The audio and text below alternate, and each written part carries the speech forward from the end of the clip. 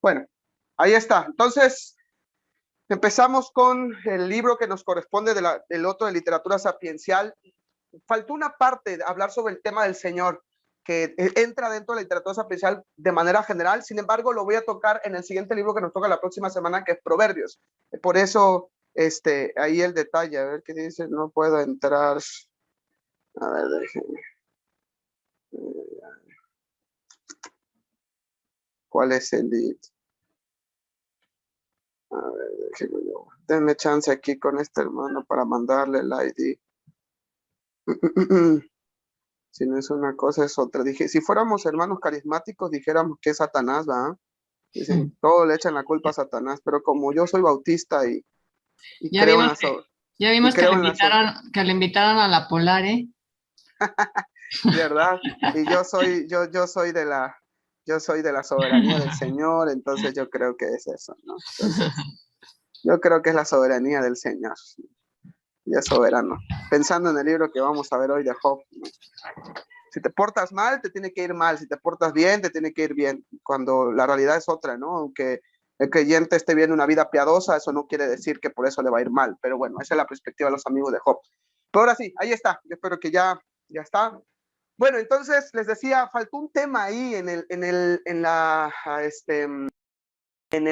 clase pasada, que fue el tema de el temor del Señor. Todavía faltó ahí en la diapositiva que se le vio, todavía faltó tocar ese tema, pero yo decidí que lo veamos específicamente en el siguiente libro, que es el de Proverbios. Ahí vamos a hacer un poco de hincapié. Bueno, como título, creo que un título que queda muy acorde al libro de Job podría ser Fe en conflicto.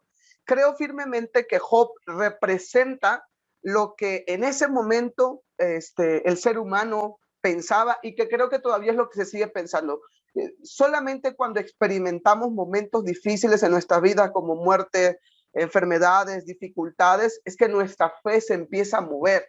Y si no ven el caso de varios personajes en la Biblia, los mismos discípulos cuando estaban en la tormenta, su fe empezó a tambalear, y justamente uno de los reproches de Jesús a sus discípulos es: ¿cómo no tenéis fe?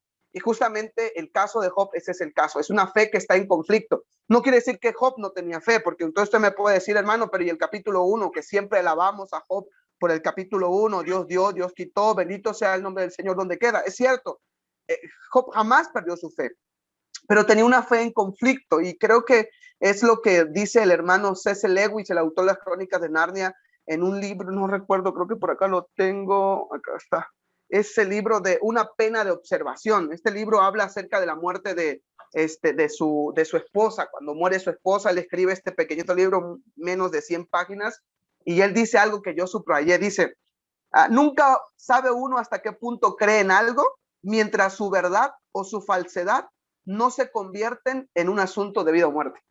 Me llama mucho la atención porque tienen mucho que ver con el caso de Job. Repito la frase: nunca sabe uno hasta qué punto cree en algo mientras su verdad o su falsedad no se convierte en un asunto de vida o muerte. Él, abriendo su corazón, fallece su esposa, y él abre su corazón en este libro. Lo mismo sucede con Job. Es una fe en conflicto. No quiere decir que Job perdió su fe, pero que era una montaña rusa de emociones. De repente tenemos a un Job arriba, creyendo, descansando en el Señor como el Dios soberano, pero también tenemos a un Job que maldice el día que nació, que piensa que Dios es un justo para gobernar, que piensa que las circunstancias son difíciles. De hecho, la realidad, y lo veremos a continuación, así como breve resumen, es que Job piensa, y el pensamiento teológico de aquella época era que el injusto al final del día, aunque prospere, le va a ir mal. Pero en la práctica vemos que eso no es cierto. A veces sucede que el injusto le va mucho mejor que al justo. De hecho, hay otro profeta, el profeta Habacuc, el profeta de las preguntas, que inicia su libro diciendo: Señor, ¿por qué al justo le va mal y al injusto le va mal? Y no veo que haya consecuencias sobre él, porque Habacuc y Job tienen la perspectiva del Antiguo Testamento, esta perspectiva teológica de al injusto le tiene que ir mal al final. Obviamente eso se responde más adelante con el Nuevo Testamento, y eso lo veremos al final de este libro. Bueno, entonces veamos algunas cosas interesantes. Veamos en primer lugar la identidad de Job. Hablemos un poquito sobre el personaje, sobre este personaje. En primer lugar, bueno, Ezequiel capítulo 14, versículos 14 y 20, y Santiago son los únicos libros tanto del Nuevo como el Antiguo Testamento que mencionan a Job como tal. Son los únicos libros de la Biblia que mencionan a Job. Entonces podemos decir que sí existe un Job histórico. El detalle de Job es que muchos teólogos, inclusive teólogos de la crítica alta, han llegado a pensar que este personaje Job más bien no fue como tal un personaje histórico, sino que fue una persona a quien se le atribuye este proceso y que se escribe en forma de prosa, en forma de poesía, y que se habla acerca de qué es la sabiduría y se le menciona a un tal Job. Pero pues tenemos el caso ahí de Ezequiel, tenemos el caso de Santiago, que son dos autores de la Biblia que van a mencionar a Job como un personaje histórico. Habéis escuchado de la paciencia de Job. Entonces tenemos ahí que sí es una figura histórica este personaje. En segundo lugar, vemos también que inicia el libro de Job, como les dije, no vamos a ir versículo por versículo, pero ven que en el versículo 3, perdón, adelante, habla de el lugar donde se encuentra Job, la tierra de Uz, y no se sabe exactamente la región de Uz, pero se menciona en algunas otras partes de la Biblia. Por ejemplo, se menciona junto con el lugar de los filisteos, junto con Edom, Amón y Moab, y el pasaje está ahí, Jeremías capítulo 55-20. O sea, no se sabe exactamente geográficamente dónde pudo estar este lugar de Uz, pero más adelante, conforme veamos algunas cosas del texto, vamos a ver también que es muy probable que esté muy cerca de la región donde a lo mejor en algún momento también llegó a habitar Abraham y algunos de los patriarcas. Por eso esta tierra es importante, aunque lo interesante del libro es que el autor no nos quiere, de verdad, el autor no quiere que nos detengamos a pensar en estas particularidades. ¿Quién es Job? ¿Cuándo nació Job? De hecho, tanto es que el libro ni siquiera nos dice su genealogía. Y es interesante porque un libro que es judío, un libro hebreo, siempre tiene genealogías. Ustedes ven en el Antiguo Testamento, Crónicas, los libros del Antiguo Testamento tienen genealogías. Engendró a tal, etcétera, etcétera, porque es importante para ellos. Pero vemos que Job, para el autor, él pasa desapercibido el lugar, no importa de dónde es el lugar, no importa quiénes son sus descendencias de este personaje, porque no quiere que nos distraigamos con estas peculiaridades. Ese es el asunto. ¿Qué más? Bueno, en Lamentaciones capítulo 4, versículo 21, también menciona este lugar llamado Uz, y que los edomitas ocupan este lugar ya llamado Uz. Ahí se vuelve a mencionar este lugar llamado Uz.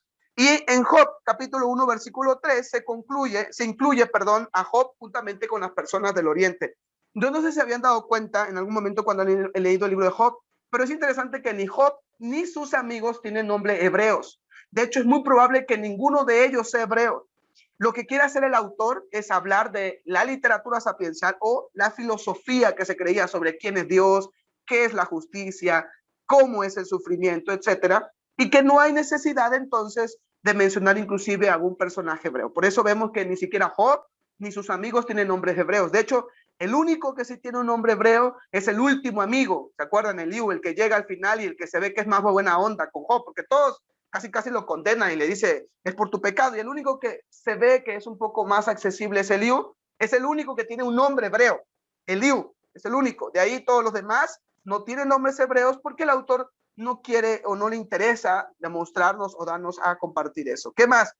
Por todo esto, algunos ubican a Uz en la tierra de Edom. Si tuviéramos un mapa geográfico, viéramos que hacia el norte de Jerusalén está la sección de Edom y más o menos por ahí ubican algunos este lugar llamado Uz. Entonces vemos que ahí se ubica. Entonces, es decir, Job no era israelita y posiblemente algunos han atribuido que Job vivía inclusive ya sea en la época de Abraham, inclusive mucho antes. Les pregunto, no me respondan. Yo lo escuché un montonal de veces cuando era miembro de mi iglesia, aún estando en el mismo seminario, antes de ser maestro del mismo seminario. Yo escuchaba muchas veces que entre nosotros se compartía, decía, es que el libro de Job es un libro muy antiguo, casi como Génesis. Y siempre me quedó eso y yo siempre repetía lo mismo. Pero justamente en estas semanas y en algunas semanas anteriores, porque di este mismo curso en el seminario, me quedaba pensando y decía, bueno, ¿pero por qué? Y les pregunto a ustedes si han escuchado, ¿no? Que el libro de Job es antiguo. Y si hacemos una encuesta ahorita es, sí, pero ¿por qué? Y todos se van a quedar igual como yo me quedé hace algunos meses. Pues no sé, ¿verdad? Pero dicen que es antiguo, quién sabe por qué. Pero allá vamos. ¿Por qué este libro es muy antiguo y posiblemente es de la misma época de Abraham? Bueno, tenemos que decir que es un libro único, un libro muy particular a diferencia de los otros libros de literatura sapiencial. En primer lugar, es ambientado en un lugar lejos de Israel. Para el autor de Job, porque tenemos que decir el autor de Job, hablar del personaje Job, y del autor Job. Lo mismo sucede con el libro de Daniel. Hablamos del autor de Daniel, el libro de Daniel. Algunos libros así los tenemos que ver, porque es muy probable que este mismo personaje no haya escrito el libro de Job. ¿Por qué pensamos esto? Porque el autor, si el mismo autor hubiese escrito su experiencia, él no hubiese sabido lo que pasa en el primer capítulo, ¿se acuerda? Cuando llega Satanás o el adversario con Dios y empiezan a hablar y dice, oye, ¿ya viste a tu siervo Job?, etcétera. Si el autor hubiera sido el mismo personaje, él no hubiese sabido esto. Esa es una postura mía de manera personal, creo, y ahorita lo vamos a ver con algunos detalles, que es un libro que más adelante se concluye, ya se va terminando este libro de Job. Pero bueno, entonces es un libro ambientado en un lugar totalmente distinto de Israel, alejado de Israel. Ahorita hablamos un poquito de Uz. En segundo lugar, como ya lo dije hace ratito, ningún personaje es israelita. No hay ninguno. De hecho, el único que tiene nombre tiene nombre israelita, pero no es israelita, es Eliú. Todos los personajes no son israelitas, y el único que tiene un nombre israelita es Eliú. De hecho, el mismo nombre de Job, que no lo mencioné en la presentación, pero hay muchas posturas en cuanto a qué significa. Algunos creen Dios es mi padre, o el que ha sido consolado. Algunos creen inclusive que es que el detalle está también en el nombre, porque si bien como no es un personaje judío o un personaje israelita, su nombre tampoco tiene esta connotación. Y las vocales que aparecen en hebreo, en algunas pueden tener el sentido negativo o positivo. En el idioma hebreo es bien amplio, es bien interesante el idioma hebreo, porque hay diferentes familias. Hay algunas familias que tienen que ver con intensidad y algunas familias que son pasivas. Tenemos la familia Kal, Piel, Hitpael, etc. Y las familias que son intensivas habla de algo fuerte, algo que tiene que ver, por ejemplo, no es lo mismo hablar que reflexionar. Hablar tiene que ver con lo activo, reflexionar lo pasivo. Es más o menos de eso trata. Algo que tiene que ver con una acción que se hace y otra con una acción que se es pasivo. Dependiendo de las implicaciones, como se toma el significado del nombre de Job. Por eso no lo mencionamos, porque inclusive el mismo autor tampoco quiere, o no es importante para el mismo autor, o no es el mensaje que quiere darnos con este libro. En tercer lugar, no hay un contexto claro. Es decir, no se nos dice a quién fue escrito, no se nos dice por qué fue escrito, ni siquiera se nos dice en qué año fue escrito. Tenemos, por ejemplo, el libro de Jeremías, tenemos a los profetas que sí tienen, por ejemplo, en el año tal fue escrito, ¿no? O inclusive mismo el Pentateuco, por lo menos podemos ubicarlo en una fecha y sabemos que el autor es Moisés, pues sobre todo porque inclusive otros autores externos al mismo autor mencionan que es el mismo Moisés que escribe la ley. Y a los profetas, por ejemplo, cada uno tiene su propio nombre y tiene su descripción de su llamado. En el caso de los otros dos libros de literatura sapiencial, como Proverbios, que es un conjunto de dichos que no solamente los recaudó Salomón, sino también hubieron otros grupos, ya adelantándonos un poquito a la siguiente clase, si tenemos un poquito, lo podemos ubicar, o el libro de Eclesiastés mismo, que es de literatura sapiencial. Sin embargo, el libro de Job no nos da un contexto histórico, cuándo fue escrito, a quién fue escrito, por qué fue escrito, para qué, etcétera, porque no es el interés del autor. No quiere que nosotros nos distraigamos tanto en estos detalles para no perder de vista el verdadero sentido del mismo libro.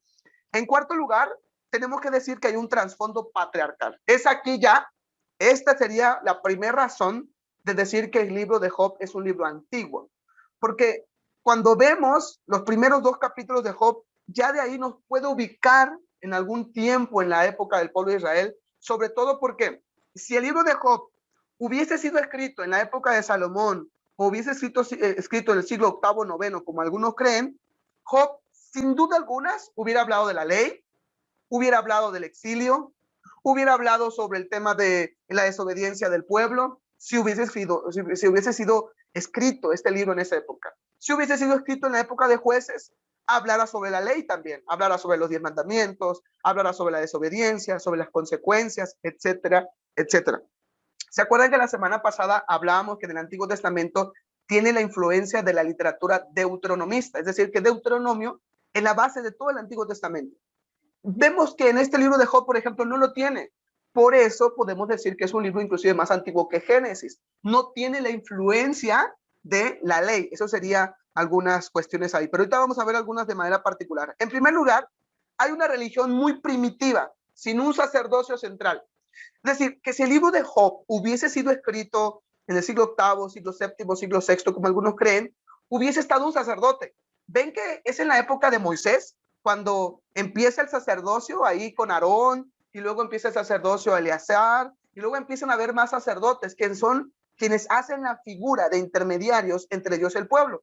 Hacen un sacrificio y lo llevan ante Dios para calmar la ira de Dios sobre el pueblo. Pero en Job vemos que quien hace sacrificios no es el sacerdote. Han leído que en el capítulo 1 dice que Job ofrecía sacrificios por sus hijos. Es ahí cuando nosotros vamos al libro de Génesis y vemos que en aquella época era muy común que el padre, en la época patriarcal, el padre era quien ofrecía sacrificios. Algunos ejemplos nada más. ¿Se acuerdan de Abraham? Es Abraham quien va a ofrecer sacrificio a Isaac. Es Noé. ¿Se acuerdan cuando Noé, después de salir del arca, salen y qué es lo primero que hace Noé? Ofrece un sacrificio a Dios, porque esta era la forma patriarcal. Es hasta después en la época del Éxodo, no del libro, sino del tiempo del Éxodo, la liberación del pueblo, donde ya se empieza a estipular a un sacerdote, ya hay la función de los levitas, ya hay la función de una persona que hace este intermediario. Por eso decimos que el libro de Job es más antiguo inclusive que los demás libros, y algunos han pensado que el libro de Génesis, porque vemos que en el primer capítulo es Job ofreciendo sacrificio por sus hijos. No vemos que hay un sacerdote, entonces vemos que hay un sacerdocio centrado inclusive en el mismo papá. En segundo lugar, las riquezas se miden por cantidad de rebaños y servidores. Esto es muy similar en Génesis. ¿Se acuerdan que cuando hubo el problema entre Lot y Abraham? ¿Cuál fue el problema? Porque sus servidores tuvieron riñas y era mucho la riqueza de Abraham y mucho la riqueza de Lot que tuvieron que separarse. La perspectiva de la época patriarcal que se le conoce, en la época de los patriarcas, Abraham, Isaac, Jacob, es que las riquezas se medían por tener cantidad de rebaños. Vemos el caso de Saúl, vemos el caso de Isaac. ¿Se acuerdan el caso ahí interesante de Jacob con su yerno? Él es yerno, ¿verdad? Con su suegro. ¿Se acuerdan con su suegro? Y que uno era para él, uno era para su suegro, etcétera, etcétera. La idea es que llegó a tener tanto Jacob que esto hace que esto lo haga una persona importante. Entonces, esta es la perspectiva de esa época. Si Job hubiese sido escrito más adelante, esto no es importante. De hecho, después del exilio, esto no es importante. Tener rebaños, servidores, no es tan relevante e importante. Pero para la época patriarcal, sí. Por eso decimos que el libro de Job es un libro muy antiguo. En tercer lugar, la ketisha, que es una palabra para decir una unidad monetaria, es decir, es un símbolo de una moneda, aparece solamente aquí en el capítulo 42, versículo 11, cuando Job ya es restaurado, dice que vienen sus amigos y le dan monedas. Y la palabra que aparece en hebreo es esa, ketisha. Y esa palabra aparece también en Génesis capítulo 33, versículo 19. Si quieren, se los busco para que lo podamos leer. Génesis capítulo 33, si tiene una Biblia ahí, me sigue, 33, versículo 19. Y compró una parte del campo donde plantó su tienda de mano de los hijos de Amor, padre de Siquem, por 100 monedas. Y la palabra que aparece en hebreo para monedas es ketisá, que era una palabra, una unidad monetaria que se usaba en la época de los patriarcas. Más adelante ya vemos los ciclos de oros, monedas de plata, etcétera. Ya eso es más adelante, pero antes no. Por eso consideramos que, de acuerdo a lo que el mismo autor de Job nos narra, lo podemos situar en una época inclusive antigua ahí con los patriarcas. ¿Qué más? Y en tercer lugar, la longevidad. En Job capítulo 42, del 16 al 17, dice que Job vivió 140 años, si no me equivoco, creo que dice, y después dice que vio a la cuarta generación de sus hijos. Ven ahí, si quieren vayan conmigo ahí a Job capítulo 42, y dice eso, que Job vivió tanto tiempo y después vio inclusive a la generación de sus siguientes hijos. Entonces, esto nos habla de que Job fue una persona longeva de muchos años. Y si se dan cuenta, es hasta después de ya la época de Deuteronomio, etcétera, que ya empiezan a disminuir. ¿Se acuerdan de ese Salmos? Los días de algunos son 70 y en los más robustos tal edad. Entonces, si Job hubiese sido escrito en la época del siglo IX, octavo, no mencionara, para empezar, 140 años, y segundo, que dice que vio a la cuarta generación, es decir, sumaríamos más o menos otros más de 100 años, porque una generación es más o menos 30 años, 40 años, entonces sumaríamos bastante tiempo ahí. Dice el versículo 16 y 17. Después de esto vivió Job 140 años y vio a sus hijos y a los hijos de sus hijos hasta la cuarta generación. Y según la perspectiva judía, una generación dura alrededor de 30 años. ¿Se acuerdan cuando Jesús, nada más déjenme abrir un pequeño paréntesis, cuando Jesús habla acerca de la destrucción del templo y dice que no pasará esta generación? Cuando venga la destrucción, estamos hablando más o menos que Jesús está en el año 30, 33, así aproximadamente. Entonces, para llegar al año 70, transcurrieron 30 años. Entonces, Jesús, conociendo su cultura, es que los judíos, una generación más o menos tardaba 30 años, 40 años era aproximado. Entonces, súmele 4 generaciones, 3 por 4, 120, más o menos, más los 140, es decir, que Job vivió más de 200 años. Esto solamente sucede ¿en qué época? En la época patriarcal, en la época de Génesis, inclusive años atrás. Por eso, estas son las razones para considerar a Job un libro más antiguo que el mismo libro de Génesis. Ya con esto, ya podemos acabar la clase, ya supimos bastante de Job, ¿no? Pero bueno, ahí no se queda la clase. Por lo menos ya hoy desciframos esta frase que por muchos años decíamos, bueno, sí, Job es un libro muy antiguo, pero ¿por qué? Ahí tenemos 4 razones de por qué vemos a Job como un libro muy antiguo. ¿Qué más? Bueno, ahí tenemos una gráfica que es interesante. Yo lo vi en un material, no recuerdo exactamente, tengo que darle crédito, pero no me acuerdo el nombre del libro, creo que se llama Panorama del Antiguo Testamento, es de editorial Sígueme, sí, creo que es de editorial Sígueme, no es de editorial Salamanca, Sígueme, se llama Panorama del Antiguo Testamento y aparece una introducción al libro de Job, y yo por ahí vi esto que me llamó mucho la atención. La vida de Job, su época del capítulo 1, por lo que ya vimos las razones de que se centra la adoración en él, que no hay sacerdote, no hay ley como tal, no hay una ley estricta como ya en los demás libros, o que ya influye el libro de Deuteronomio, en el libro de Jueces, Reyes, Crónicas, los libros históricos. En el libro de Job no vemos esto. Ya vimos también el tema de la longevidad de Job y vimos la moneda, que son estos argumentos para considerar a Job un libro que su vida de este personaje data de la época de Génesis. El otro detalle es que la redacción del libro, algunos creen que concluye en la época de Reyes, en la época de Salomón. Es decir, estamos hablando del siglo VIII o siglo IX. ¿Por qué? Déjenme abrir otro pequeño paréntesis, sobre todo por algunos que quizás no han tenido la oportunidad de ir a un seminario, algunos cursos. Los que ya están, se han de acordar de esto. Yo espero que sí. Y si no, pues lo repasan. Se acordarán que la Biblia hebrea se divide de 3 secciones. De hecho, se llama, tiene un acróstico para dividir la Biblia de 3 maneras. ¿Recuerdan? En primer lugar tenemos la Torá, que es la idea de los primeros 5 libros de la Biblia, los primeros 5 libros escritos por Moisés, está la Torá.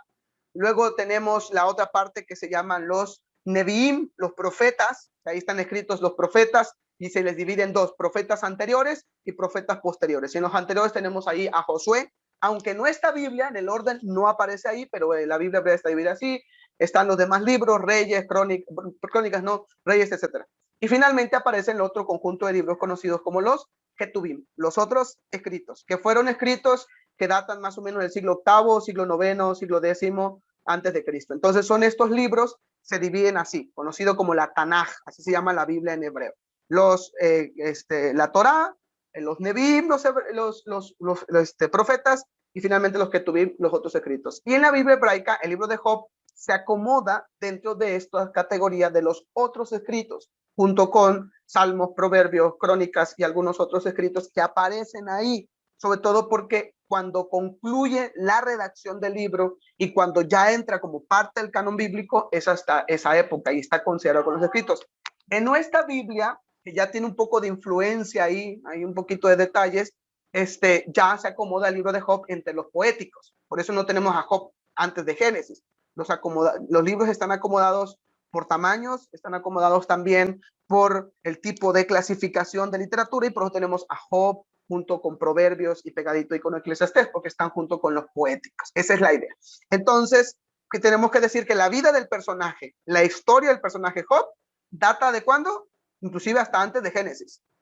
El término, la redacción de este libro, es inclusive de la época de Salomón, muy cercano al siglo IX, siglo VIII, ¿sale? Hasta ahí vamos bien. Bueno, aquí hay otra gráfica también interesante, déjeme explicarla así rapidito, usted la va a tener ahí para que la pueda anotar con calma, le voy a enviar la presentación en PowerPoint mañana, así como les voy a enviar el video.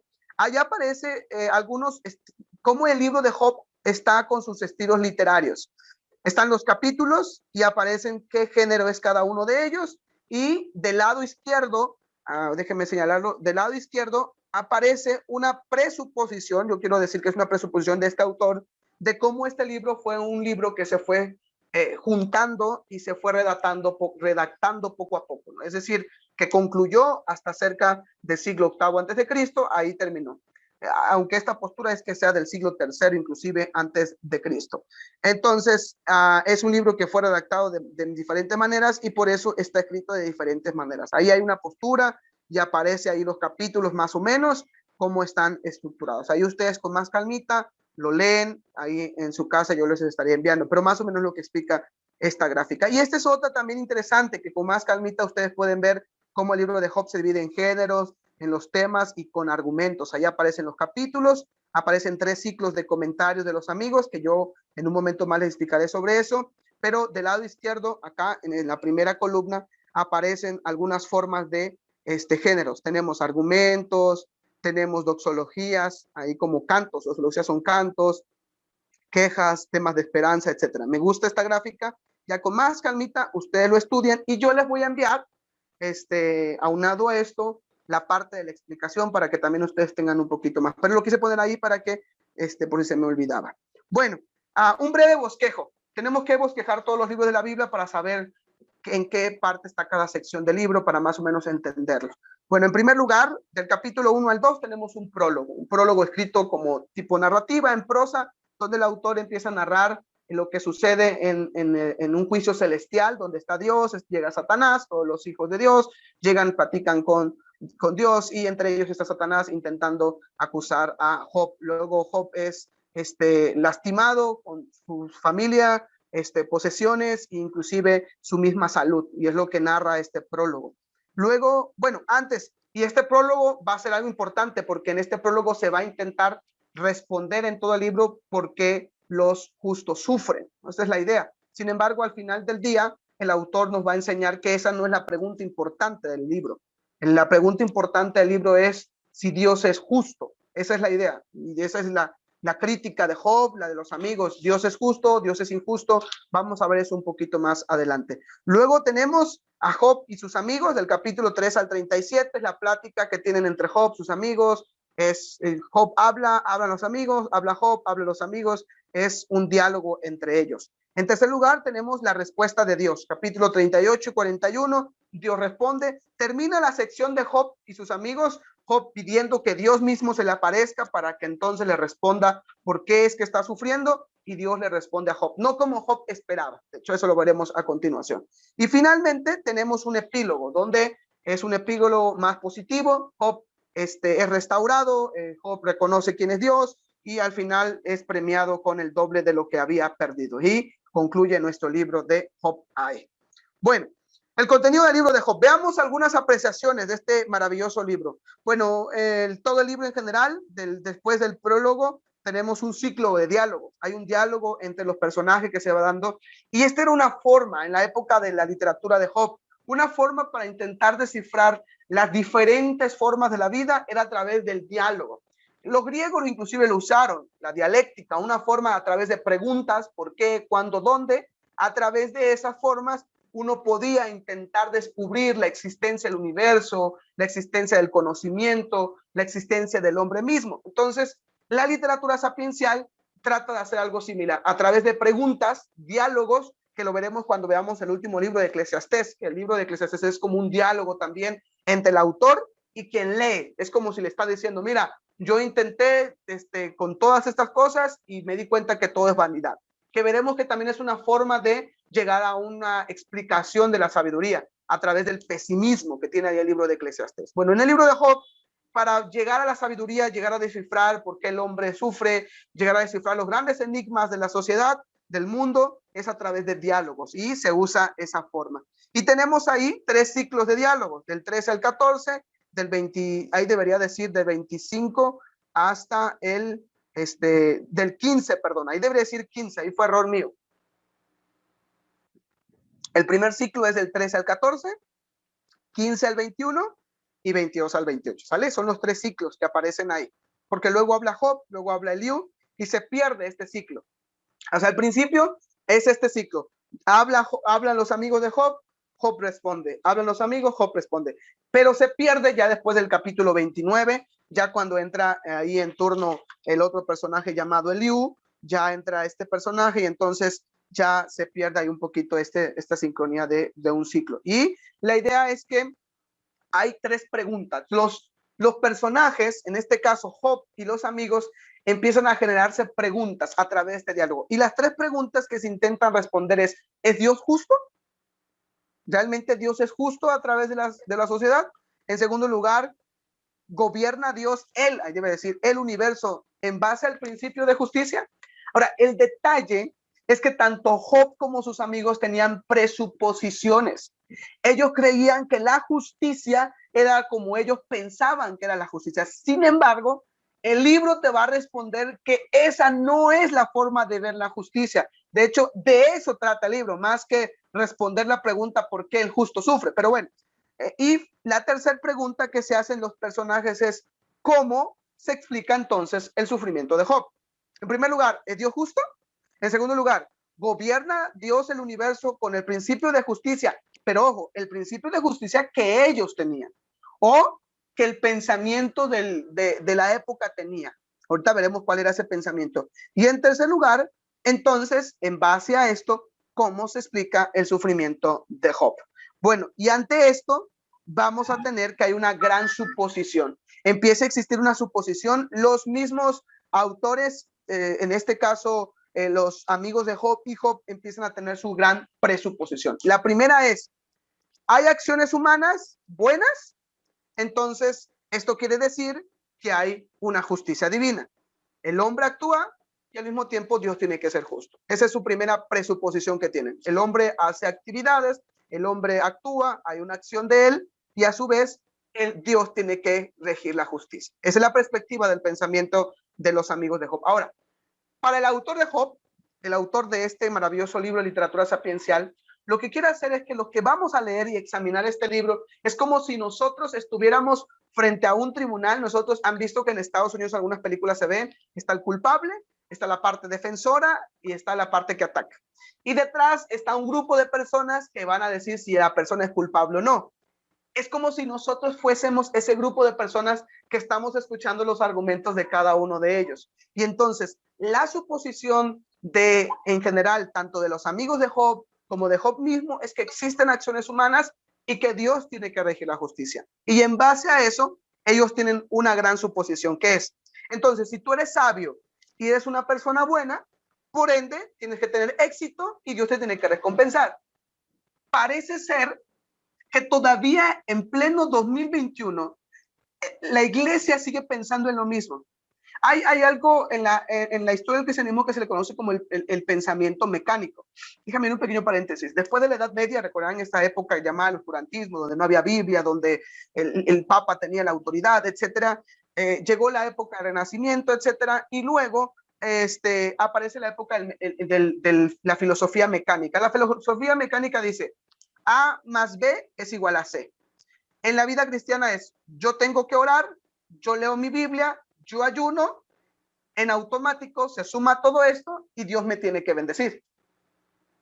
Hermanos, les pregunto así de cuates, ¿eso realmente sucede? No, No. en la realidad no sucede eso. Y tendría que Dios responder así, entonces Dios es injusto. Ese es el pensamiento de esa filosofía de la época de Job y la misma de hoy. Dios es injusto porque no nos da realmente lo que merecemos, nos dejó pasar por esta pandemia. Si somos buenos, oramos, ayunamos, ¿ven esa fe en conflicto que Job experimentó, que experimentaron los amigos? Y entonces la perspectiva de su época es, eres una persona sabia, eres una persona buena, por ende tiene que haber éxito y recompensa. Y en segundo lugar, lo contrario, si tú eres una persona malvada, una persona insensata, por ende tiene que venir desastre y castigo a tu vida. Y les pregunto, ¿ven que alguna persona que no es cristiana le está yendo bien al principio? Parece que sí. ¿Y le está yendo mal al final? No. Inclusive terminan bien.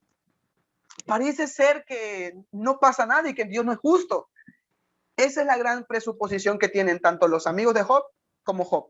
Dios es, el hombre es bueno, Dios tiene que recompensarlo. El hombre es malo, Dios tiene que traer desastre y castigo. Déjeme abrir un pequeño paréntesis. Escuchamos a una persona, un pedófilo, mató a niños, asesinó, lo meten en la cárcel y lo mata. Y escucho a cristianos decir, ¡qué bueno! Bien merecido se lo tenía. y empiezan a decir maldiciones, inclusive. Yo me quedo reflexionando, digo, es la perspectiva de los amigos de Job. Alguien que es malo, por consecuencia tiene que traerle el desastre y el castigo a su vida. No es que este huracán de Grace fue un castigo para esos de ahí de Veracruz, porque saber un pueblo tan pagano, etcétera. Sigue habiendo o sigue existiendo la filosofía o la perspectiva de los amigos de Job el día de hoy. Y la teología de la prosperidad también trae el otro extremo. ¿Te portas bien? Dios te tiene que recompensar. Dios te va a dar bastante. Tú da mucho para que Dios te dé más. Me gustaría, ¿no? Pero bueno, vemos que la idea del libro es llevarnos a nosotros a través de este diálogo entre los amigos y al final, ¿cuál es la verdadera perspectiva de Dios? Entonces, resumiendo los amigos, bueno, antes de eso, vemos que Job en sus prácticas, él tiene un argumento. Él dice, soy inocente. A todas las cosas que los amigos dicen, Job tiene un argumento, soy inocente. Y por implicación, él dice, mi sufrimiento no es justicia divina. Lo que Job quiere decirle a sus amigos a través de todo el diálogo es, lo que me está pasando no es por la justicia divina, porque según los amigos, la justicia divina es que si te portas mal, Dios te tiene que castigar y que te tiene que atormentar. Entonces, según los amigos, Dios estaba haciendo lo justo en Job. Por eso es que cada uno de los amigos le dicen, Job, pide perdón a Dios, arrepiéntete por tus pecados. Y lo que Job dice, a ver, en primer lugar, soy inocente. En segundo, mi sufrimiento no es parte de la justicia divina. Y hermanos, es cierto, usted y yo que sí tenemos la oportunidad de leer los primeros 2 capítulos de Job, podemos ver que es cierto, lo que a Job le estaba pasando no es porque Dios se lo estaba mandando, Dios no le estaba mandando la maldad y Dios no le estaba mandando todo este sufrimiento a Job, no era Dios. Nosotros vemos que en la historia, quien realmente el originario que quiere causar toda esta maldad en Job, ¿quién es? Satanás, es el adversario, no es Dios. Entonces Job hasta aquí parece ser que tiene la razón y vamos a ver más adelante que inclusive es esta misma razón que Dios se la da al final del libro. Luego entonces Job trae 2 conclusiones. Vamos a decir que es conclusión A y conclusión B. En conclusión A, Job dice, bueno, yo como ya dije que soy inocente y que mi sufrimiento no es parte de la justicia de Dios, puedo decir que Dios no gobierna el mundo de acuerdo a su justicia. La primera conclusión que tiene Job es, Dios no gobierna de manera justa. Por eso es que la respuesta de Dios a Job, lo veremos en el capítulo ya al final 38, cuando le da este gran espectáculo del mundo, etcétera, es que le dice, a ver Job, yo gobierno justamente. Y vemos cuál es la perspectiva de la justicia. Pero el segundo conclusión de Job, podemos decir la conclusión B, es que Dios es injusto. En primer lugar, Job dice, Dios no gobierna de acuerdo a la justicia que se dice de esta época. En segundo, Dios es injusto. Eso es lo que Job dice en todo su libro. Sí, ya lo sé, Job no maldijo, inclusive dijo, bendito sea el Señor, Dios dio, Dios quitó, pero en todo su demás libro, Job parece ser que una de sus conclusiones es, Dios es injusto, pero no injusto en el sentido que tenemos ahora, sino injusto en el sentido de la perspectiva que se tenía en esa época. Dios no está gobernando de acuerdo a esta justicia. Y es cierto, de hecho, al único que le ponen palomita al final, ¿se acuerdan? Es a Job. Job tiene que ofrecer sacrificio por sus amigos para que Dios los perdone, porque quien realmente estuvo bien en sus comentarios fue Job y no los amigos. Pero bueno, en segundo lugar tenemos a los amigos. Los amigos tienen un argumento. El argumento de los amigos es, Dios es justo. Para los amigos dice justo, pero no justo en el sentido que ahora ya tenemos a la luz de todo el Nuevo Testamento, sino justo en el sentido que ellos creían. Dios te recompensa porque eres bueno. Dios te maldice porque eres malo. Punto. Entonces Dios es justo, pero esa era la perspectiva que tenían los amigos. Y obviamente la implicación es que, según los amigos, Dios sí gobernaba el mundo de acuerdo a la justicia de aquella época, no de acuerdo a la justicia realmente de la perspectiva de Dios. Que esa va a ser la respuesta del libro de Job. Dios gobierna de acuerdo a su justicia. Y finalmente, la conclusión de los 3 amigos de Job, su única conclusión de ellos es, Job tuvo que haber hecho algo tan malo para que Dios le tuviera que hacer todo eso. Entonces, como Job hizo algo tan malo, entonces por eso le está viniendo toda esta gran tempestad. Esa es la conclusión de los amigos. En tercer lugar, tenemos a otro personaje distinto y lo separamos, que es Eliú. En el caso de Eliú, también al igual que los amigos de Job, dicen Dios es justo. Dios es justo. ¿Cuál fue la implicación de esto? Es que Dios gobierna del mundo de acuerdo a su justicia. Lo mismo que dijeron los amigos de Job. Dios gobierna de acuerdo a su justicia. ¿Y cuál fue la conclusión distinta de Eliú a los amigos? La conclusión de Eliú fue que el sufrimiento podría ser algo en la vida de Job para prevenir o como una advertencia de no pecar. Es decir, la conclusión de Eliú fue, Job, Dios te está atormentando para que en un futuro tú puedas ser fiel. Pero es como si fuera algo condicionado y el Nuevo Testamento va a cambiar esa implicación. Inclusive Eliú mismo también está equivocado en esa perspectiva. Dios te está castigando para que en un futuro tú seas fiel. Esa es la idea que tiene o la conclusión de Eliú. Resumiendo, los amigos, bueno, los amigos de Job tienen una teología tradicional, optimista, la cual obviamente es muy dura para Job, lo que acabamos de decir.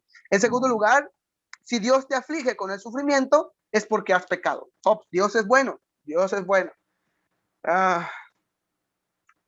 Déjeme abrir otro pequeño paréntesis y ya casi llegando casi a la recta final. Bueno, no, a la recta final todavía nos falta bastante, pero saben que a veces pienso que cuando una persona, sobre todo en esta época de pandemia, está sufriendo o está pasando por un momento complicado, a veces somos como los amigos de Job, tratamos de traer a nosotros suposiciones. Suponemos que Dios hace esto por esto. Suponemos que le pasó esto, inclusive no me van a dejar mentir, hermanos. Y se lo digo porque yo también ya pedí perdón al Señor, pero en algún momento, no sé si a usted le ha llegado el pensamiento de tal hermano le pasó eso. ¿Quién sabe? A lo mejor cómo ha de estar su vida espiritual. ¿Quién sabe? No, si Dios es bien bueno, si estuviera bien con el Señor, sus finanzas están mal porque no diezma. Ven que sigue el espíritu de los amigos de Job, ¿no? Nuestras suposiciones. Y este libro de Job, la literatura sapiencial, quiere desafiarnos a que usted y yo no tengamos suposiciones, que al final lo único que necesitaba Job es ir a la única persona que podía responderle a sus preguntas. Dios. No necesitaba ir a nadie más. Nos toca, nosotros, a quien está sufriendo, llevarlo hacia la persona que necesita, que tenga su conflicto de fe con Dios, que se desahogue con Dios, que vaya a Dios. No nos toca a nosotros hacer suposiciones, perdón. Los amigos de Job empezaron a suponer, yo supongo. En segundo lugar, bueno, ahí está, ¿no? En tercer lugar, si has pecado, arrepiéntete, acepta tu pecado y Dios te devolverá tus bienes.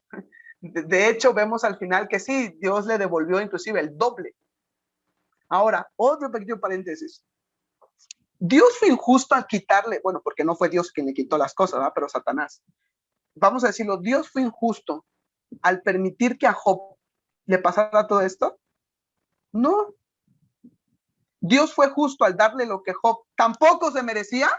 No, porque lo tenga o no lo tenga, Job no lo merece. Esa es la perspectiva de la literatura sapiencial. Tú no mereces nada. O sea, si Dios te da algo es por su mano bondadosa. Si te lo quita, está bien, no importa, porque ¿saben cuál es el problema? Cuando vemos con nuestros lentes el libro de Job y decimos, ay, pobrecito Job, lo perdió todo. Chambres, qué mala onda. Y así es como la sociedad hoy en día ve la perspectiva del sufrimiento, ¿no? Ah, qué injusto. Si existe una divinidad, la madre naturaleza, o Dios, qué injusto es. No, Job no se merecía nada. De hecho, él no merecía, de hecho, usted y yo no merecemos nada. Eso lo va a responder el Nuevo Testamento. Por eso lo dijimos la semana pasada, que la literatura sapiencial todavía se queda corta porque falta algo más. Y claro, el Nuevo Testamento responde eso, ¿no? Que la gracia del Señor es por su misericordia que tenemos todas las cosas. Y Dios no fue injusto al quitar las cosas, entre comillas, permitirle, perdón, a Job que se le quitaran las cosas. O Dios, o dos, que se le fuera restaurado, inclusive el doble. Yo me imagino a los amigos, ¿no? Qué injusto es Dios, porque le dio el doble, le quitó algo y todavía le dio el doble, ¿no? O sea, de verdad, yo no sé si los amigos lo llevaban a pensar, pero en algún momento podemos verlo desde atrás y decir, bueno, entonces Dios no fue justo al final del día, porque no le dio o no le regresó lo que perdió, le regresó el doble. Vamos a ver más adelante de qué trata el tema de la justicia divina, pero bueno, ahí aparece. Y finalmente el mecanismo, lo que ya habíamos dicho hace ratito, el tema del mecanismo. A más B es igual a C. Yo oro, leo, Dios me tiene que recompensar. Yo asisto a la iglesia, diezmo, ofrendo, Dios tiene que ser justo conmigo. Pero me dio COVID y me enfermé y me vino un cáncer. Dios es injusto. No, porque sigue habiendo ese pensamiento, esa filosofía mecánica, que parece ser que esa era la perspectiva que se tenía en esta época del libro de Job.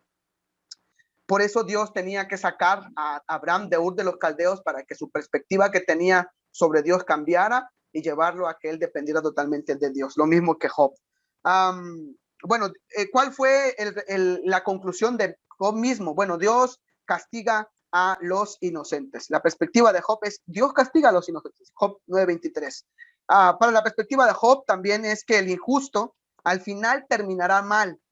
Era lo que se creía, pero Job piensa distinto, porque para la época del pensamiento de Job, la época de Job, se pensaba que al final Dios iba a castigar al injusto.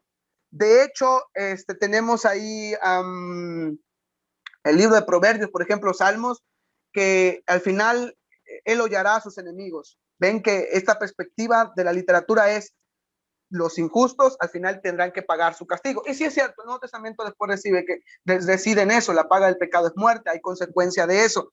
Pero al final Job piensa distinto, piensa que inclusive en la práctica el injusto no pasa eso. Los amigos de Job tratan de defender a Dios, pero sus argumentos son sin precisión. Y de verdad, hermanos, no sé en algún momento de mi vida yo ya le pedí perdón al Señor, pero en algún momento de nuestra vida llegamos a intentar defender a Dios con nuestras suposiciones. Suponemos que Dios debe actuar así. Suponemos que Dios es así.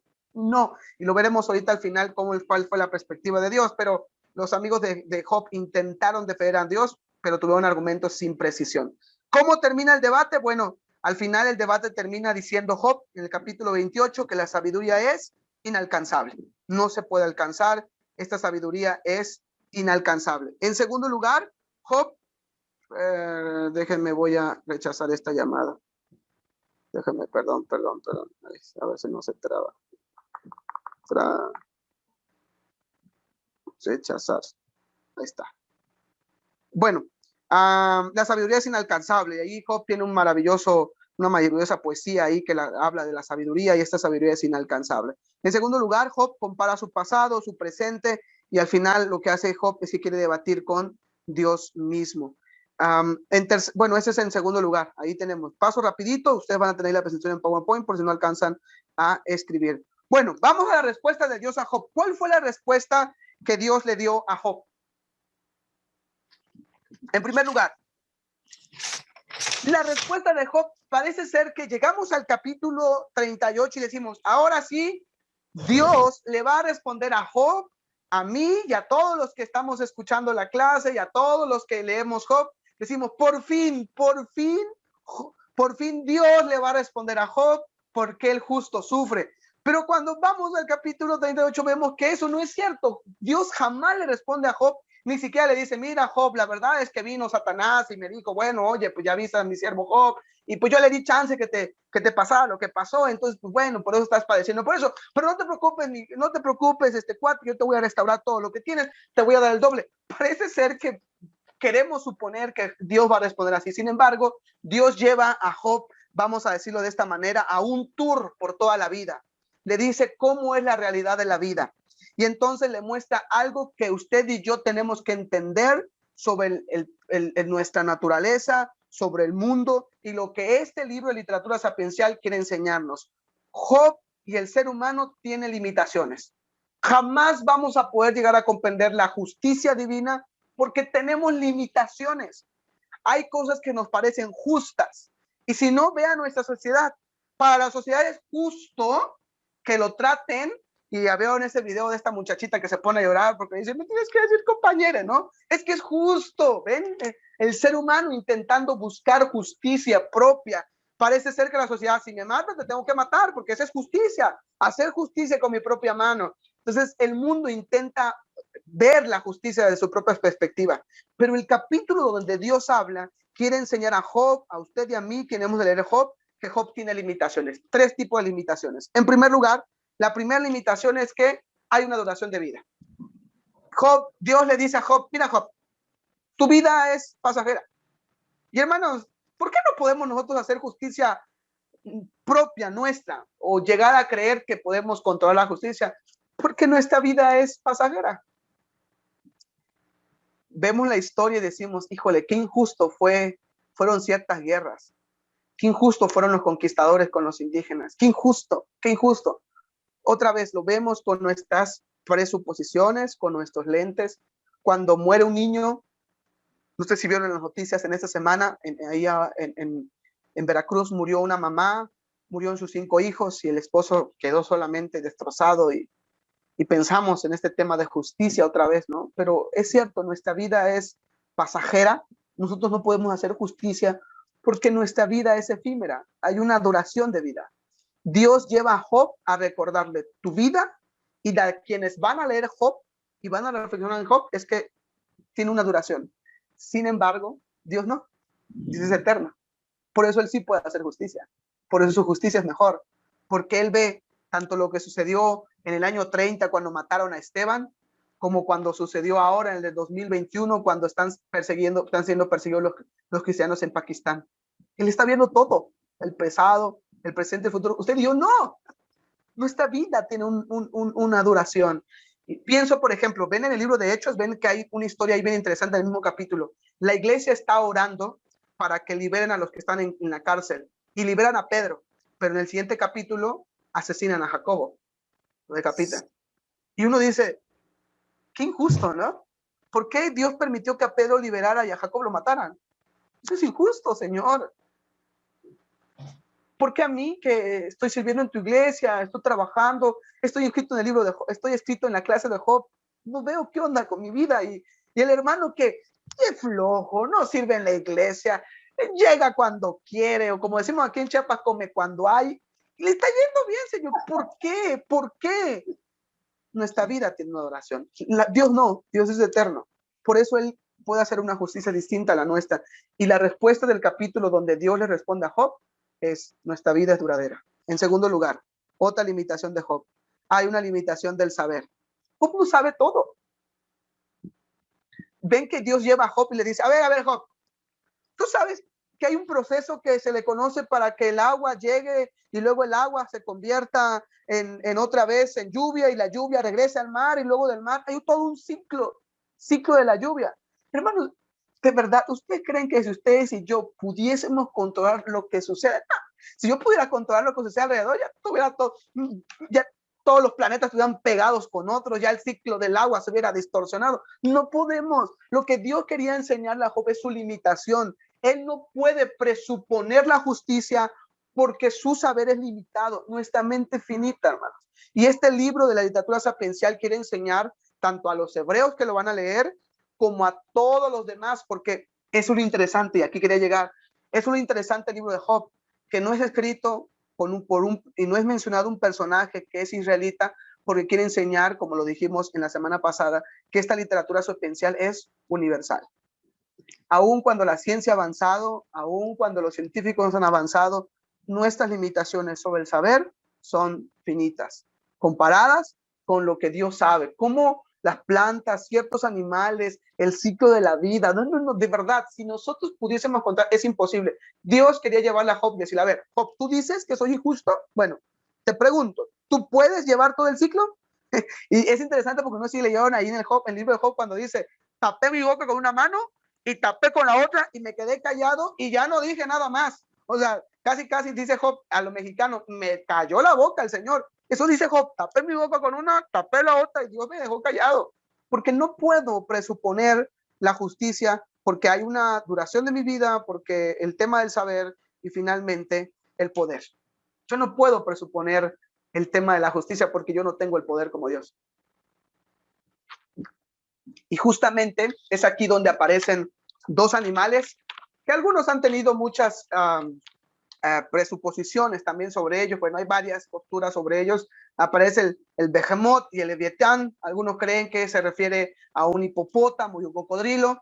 Algunas otras posturas más piensan que se trata de una forma de la mitología egipcia o de la mitología de ese momento del Oriente, y que esos dos animales representan animales que pueden ser pasivos, pero que al mismo tiempo también pueden ser animales más feroces. Y lo que Dios quería llevarle a decir a Job es: Job, tú no puedes controlar estos animales. Para la perspectiva de la época de Job y del Medio Oriente y de muchos lugares ahí, es que en estos dos animales eran imposibles domar. Pero según Dios, cuando le responde a Job, es que él sí tiene el poder para domar, para controlar, inclusive es Dios quien los ha creado. O sea, Dios quiere regresarle a Job al principio y decirle: yo tengo el poder de hacerlo. Yo tengo el poder, por eso yo soy justo. Y al final, obviamente, por eso termina Job reflexionando sobre eso.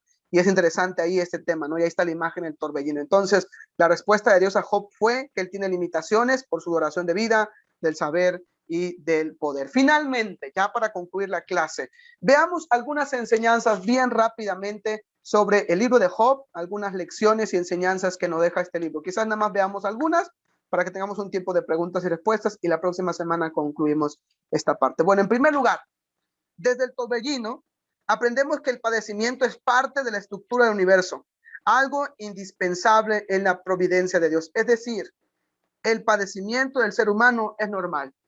Y ya el Nuevo Testamento nos responde esto, es por el pecado. ¿Por qué hay muertes?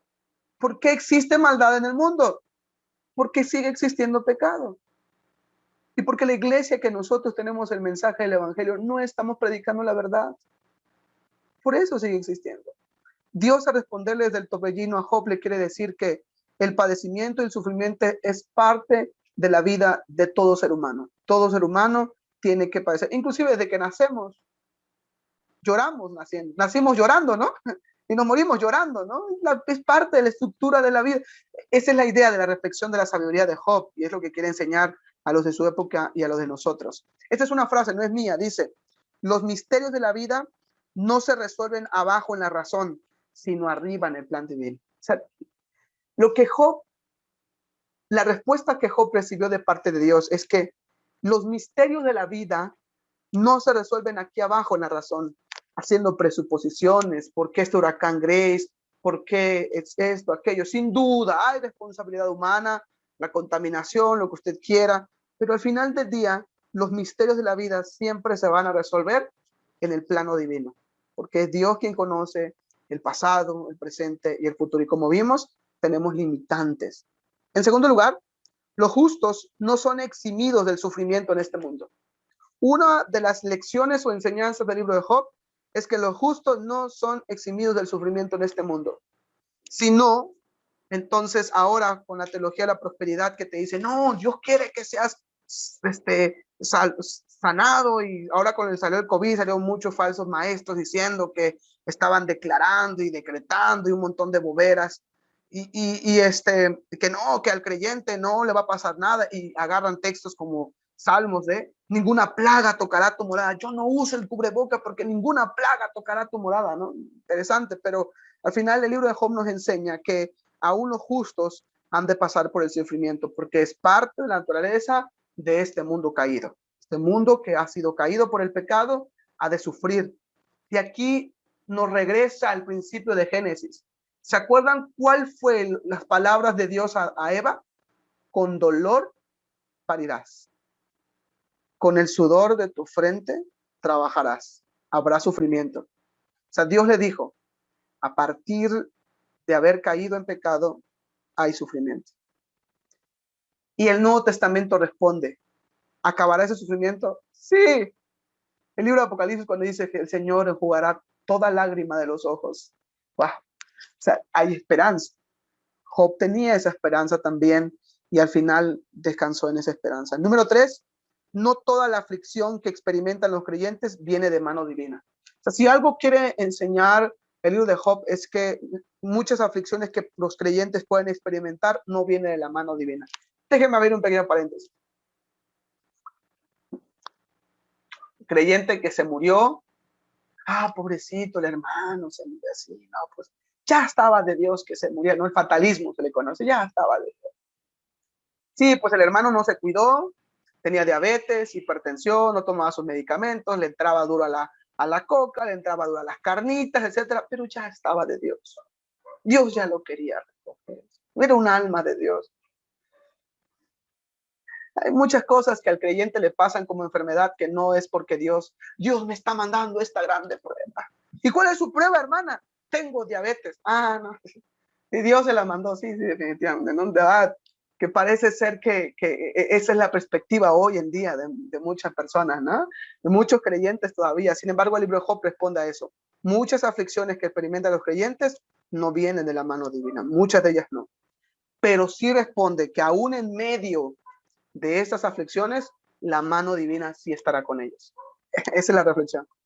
Muchos padecimientos que experimentan los creyentes no viene de la mano divina, pero su mano divina sí estará con ellos. Me encantó esa frase. Anótelo porque a mí ya se me olvidó saber qué dije, pero eso me acaba de surgir ahora. En cuarto lugar, el padecimiento está bajo la soberanía divina. El padecimiento está bajo la soberanía divina. Lo que Dios quería enseñarle a Job es que lo que le estaba pasando, lo que estaba experimentando, seguía bajo su soberanía. Hermanos, esta pandemia, estos detalles de climas y todo eso, sigue bajo la soberanía de Dios, definitivamente. Intentamos sacar presuposiciones. Algunos podemos pensar, bueno, de verdad, algunos sin malicia, podemos llegar a pensar, bueno, Dios permitió que se murieran los niños porque a lo mejor el padre no podía alimentar a tantos chamaquitos. No sé, de verdad, de verdad. Hay algunos que sacamos estas presuposiciones así, pero no, yo no puedo sacar presuposiciones. No me toca a mí, ni a los amigos de Job, ni a Job mismo sacar presuposiciones. Lo único que necesitaba Job es ir a Dios, acudir a Dios y descansar en Dios. Es lo único, eso es lo único que responde el libro de Job. Y de hecho, eso es lo que quiere responder sobre el tema del padecimiento y el sufrimiento. Siguiente, algunas otras lecciones y enseñanzas del libro de Job. Bueno, en las pruebas, el creyente necesita más sentir la presencia de Dios que escuchar razones filosóficas acerca de su aflicción. Yo lo tuve que aprender a las malas, hermanos, en el ministerio como pastor. Llegamos a visitar hermanos que tienen COVID, que se enfermaron, que sus familiares fallecieron. Y sin mala onda, de verdad, sin ser como los amigos de Job, queremos tratar de animar, pero a veces regamos más el tepache que tratar de animar. Creo que lo único que necesitamos en ese momento es auxiliar con lo que se necesite. Por ejemplo, si algún hermano perdió a su esposa, ayudarle con los trámites, porque la persona está en shock, no sabe qué hacer, y ayudarle más que llegar y ánimo, tú puedes estar, y intentar hacer suposiciones. No te preocupes, está en un mejor lugar, ¿no? De verdad, yo con mucho cuidado ahora, hoy en día, tengo mucho cuidado de hacer esa apreciación, porque la esposa puede decir, hermano, qué bueno que está en el cielo y está en un mejor lugar, pero yo lo quiero aquí conmigo, ¿no? Sí, porque usted no lo siente, no lo va a sentir dentro de una semana que ya no esté mi esposo aquí conmigo, ¿no? Pero otra vez, estas presuposiciones, y en las pruebas, el creyente necesita más sentir la presencia de Dios que escuchar razones filosóficas acerca de su aflicción. Pasó esto por esto. Es que es tu pecado, o no es tu pecado, es una prueba que Dios quiere. Lo único que necesita el creyente es sentir e ir a la presencia de Dios. Hay una respuesta al problema del padecimiento inmerecido de los justos en la insuperable sabiduría de nuestro Dios infinito. Otra de las lecciones que aprendemos en el libro de Job es que hay una respuesta al problema del padecimiento inmerecido de los justos en la insuperable sabiduría de nuestro Dios infinito. ¿Se acuerdan del apóstol Pablo? 3 veces he rogado al Señor para que me quite este aguijón, pero el Señor me ha respondido, bástate en mi gracia, porque mi poder se perfecciona en la debilidad. Bástate, Pablo, punto. Y no lo dice cualquier personaje, el gran apóstol Pablo, pero lo único que necesitaba es acudir al Señor, descansar en su sabiduría y que Él tiene el total control. Finalmente, la fe que agrada a Dios es la que se manifiesta firme, aun cuando nos parece que Dios permanece indiferente ante nuestras aflicciones, o cuando no podemos entender por qué Él no contesta nuestras súplicas desesperadas. La fe que agrada a Dios es la que se mantiene firme, aun cuando no nos parece que Dios permanece indiferente ante nuestras aflicciones, o cuando no podemos entender por qué Él no contesta nuestras súplicas desesperadas. La última frase, creo que sí hay una. Si no alcanzan a anotar, no se preocupen, yo les enviaré la presentación en PowerPoint. Esa es la última, no es mía, ahí puso el autor y con esa concluimos. Dice, sus caminos a menudo están más allá de nuestro entendimiento, precisamente porque vemos los asuntos de la vida desde una perspectiva limitada a nuestro mundo. Así miraba Job y sus amigos la realidad de la vida. Sigue diciendo este personaje, Gleason Archer. Pero Dios ve desde la cámara de su trono en el cielo y ve las cosas desde el punto de vista de la eternidad. Su mente es movida por consideraciones demasiado vastas para nuestra comprensión finita. Lo que nos toca a nosotros hacer es confiar simplemente en Él, aun cuando no podemos entender lo que Él hace.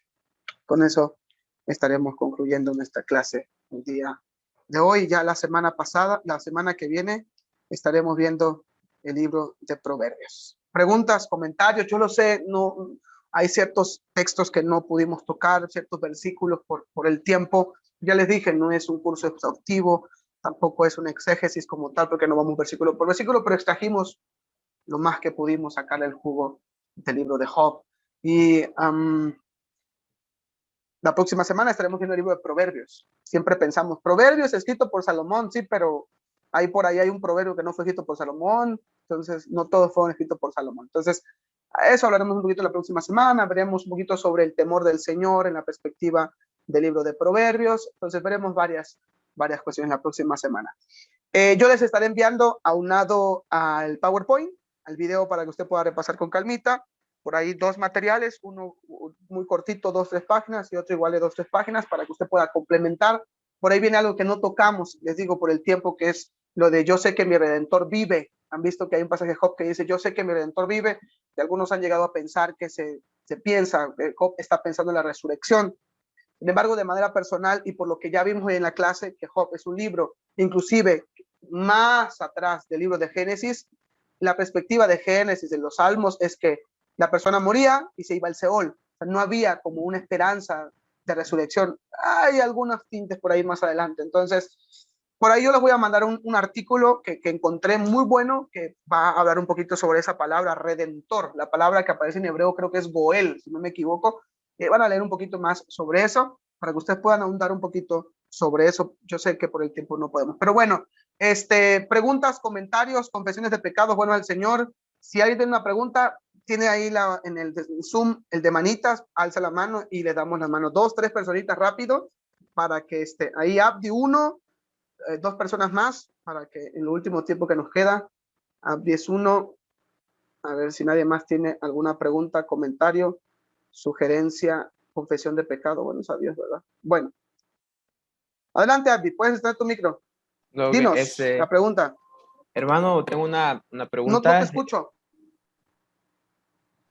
Creo que está apagado tu micro. ¿Me oyen los? Ahí está, ya. Ok. La duda va relacionado con el tema justamente de la justicia, ¿no? Y eso salió en una ocasión en el grupo de electrones de la iglesia, el tema de Dios escucha la oración de una persona que no es creyente en medio de la aflicción si le pide en el nombre de Cristo. Y yo contesté que no, que una persona no creyente no puede ser escuchada por Dios aunque pida en nombre de Cristo. La pregunta es, con lo que hemos visto ahorita, el tema de la justicia, ¿influye lo que también esa perspectiva de los amigos de Dios? Y si está bien, sí, ¿por qué? Y si en Job la puede hacer como esa apología de decir, está mala ese pensamiento, o caso contrario, yo estoy mal y Job va a corregir mi pensamiento. Ok, gracias. Creo que es una pregunta muy profunda y que para poder responderlo en menos de 10 minutos es muy complicada. Trataré de responderlo así rápidamente. Mi primera instancia es, perdón por la expresión, pero a veces, ¿qué nos importa, no?